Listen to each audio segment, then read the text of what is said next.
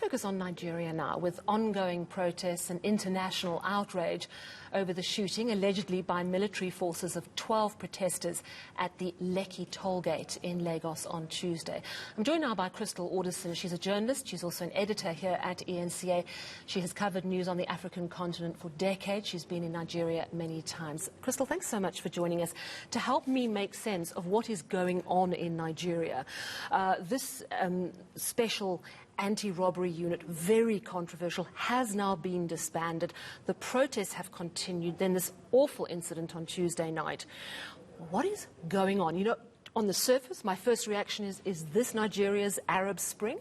Absolutely. And Sally, I think, one must look at in the broader context. It's Nigeria's 60th birthday this month. And so there's a lot to celebrate, but there's also a lot to reflect. Inequality, large youth unemployment, and that's why we've seen the images of young people being angry. Now, what has happened over the years, Sally, and I was in Nigeria for some time, it's these police, SARS, but ultimately they earn about 300 rand a month. So what happens? A lot of corruption, demanding bribes, etc. And the public just had enough. And we saw from the 8th of October, violence. And of course, this week we saw the absolute brutality.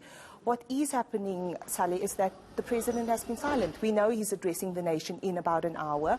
And a lot of analysts that I've spoken to in Nigeria are saying this could be that moment. It might not be the Arab Spring as we saw it in North Africa, but it could take a particular Nigerian influence, civil society coming together, youth organizations, and saying enough is enough. Because the past 2 years, and COVID has brought to the fore the inequality, and the oil price has collapsed, so there is really no money, Sal. It's interesting, the parallels in South Africa. We too have a corruption crisis.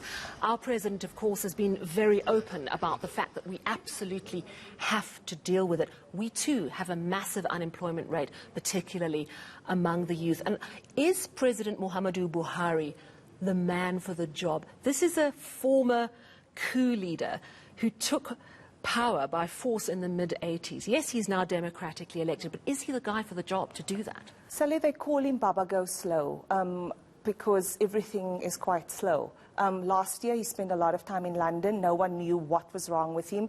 And so there is a sense on the ground that Muhammadu Buhari and the party, the political party and his political elite is simply out of touch with what's happening on the ground. For instance, a police officer earns around 300 rand. A senator earns $76,000. That's a lot of money. So it's that huge inequality that is simply...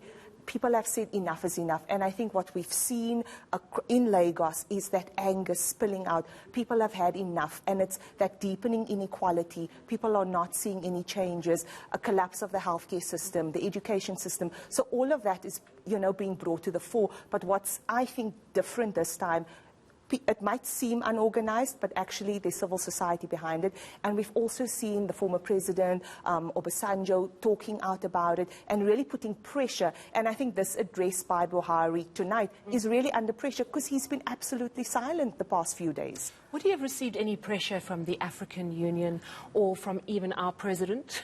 Our president is the African Union chair. I mean, we saw a very muted response, to be quite honest. We also saw Musa Faki, who runs the AU from Addis Ababa, sending out a very strong statement. We've also had international condemnation coming out, and I think that put a bit of pressure. But to be honest, Sally, President Buhari doesn't actually quite care about international pressure. He does his own thing at his own time. A lot of people are saying he's not contesting the election again, so he's sort of like a lame duck president. The people around him are making the decisions. But I think what is happening now, for the first time, Sally, in many years, the Nigerians and Nigerian young people are saying enough is enough. But what we saw on Tuesday night was so particularly worrying. We still don't really know how many people died, who exactly opened fire. I've been told it may have been the army.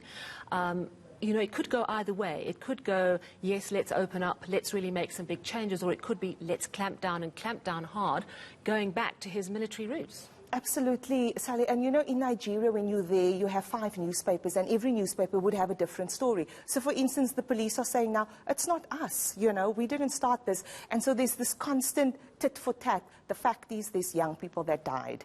The fact is, property's been destroyed. The fact is SARS have really just, the human rights abuses over the decades. People have just had enough.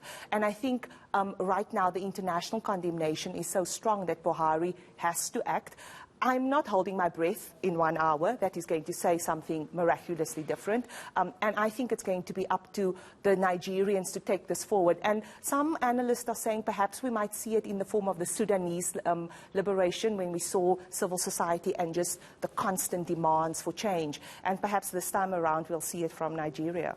It'll be very interesting to watch that speech, and I hope you come in and update us when it does happen. Thank you very much. Crystal Orderson is a journalist. She's worked across Africa for many years, and she's an editor here at eNCA.